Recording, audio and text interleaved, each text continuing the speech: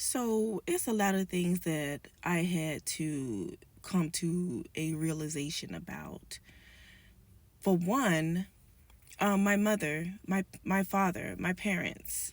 You know, for a long time, I wouldn't recognize that they just weren't good parents. They just weren't good parents at all, and it had taken everything in me to verbalize my parents weren't shit. They just they just weren't shit. Like they did not provide the necessities, the bare minimum of what we needed when we were children. And I had to actually swallow that pill. And people don't understand. Well, my mom recently passed. Well, it's been 3 years now, and my dad is still alive, which we're no contact. Um, I I tried, so hard to look at the good, look at the, but it's not a whole lot of good. And people who see me, because when my mom passed, I was the one who was taking care of her. Everybody else helped when I got exhausted. Really. Mind you, I'm the last child and I'm the only girl. And I have 5 brothers. But that's a whole story with that as well. But, excuse me. What people don't understand is when you have a parent like that and they pass, there are so many aspects to you grieving their death. And I grieved the mother that I wanted and needed, the mother that I fantasized about, and the mother that I had. And in reference to my father, we're no contact. So I'm grieving basically a parent that's alive. So only those who know what I'm talking about, who have experienced what I'm talking about, know where I'm coming from. And it's just still a lot there. Like so many things that's unanswered, so many things that have been answered. And the reason why I tried to keep a relationship and do this and do that is that I understood why they did the things that they did. But I was ignoring my hurt. I'm sitting up here trying to understand, well, why did they do this? Why did they do this to me? Why did they do that to me? And not recognizing, okay, shake yourself, because you need to be helping yourself. You need to be getting your own help. And that spilled over in friendships, in my relationships. And I operated like that for a long time.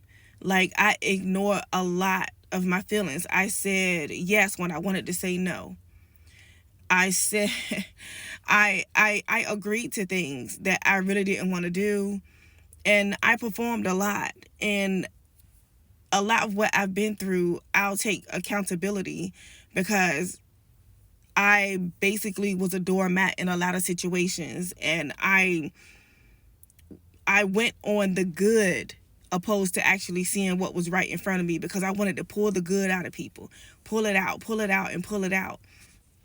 And I'll say, because of how I grew up and because of me feeling unworthy, because my parents didn't show me that I was worthy of love because of how they raised us, or the lack thereof, I should say. And then when I get into Christianity, you constantly hear, you're so unworthy of God's love. You're so unworthy. You're so unworthy. And that's being beaten you constantly. And you do feel like, okay, you're unworthy, so you take what you can get. And that's what I did for a long time, until I woke the hell up. So I'm telling you, if you're at a point in your life, if you're grieving a parent that's no longer here, or if you're grieving the parent that's here, they're just not in your life, take your time with yourself.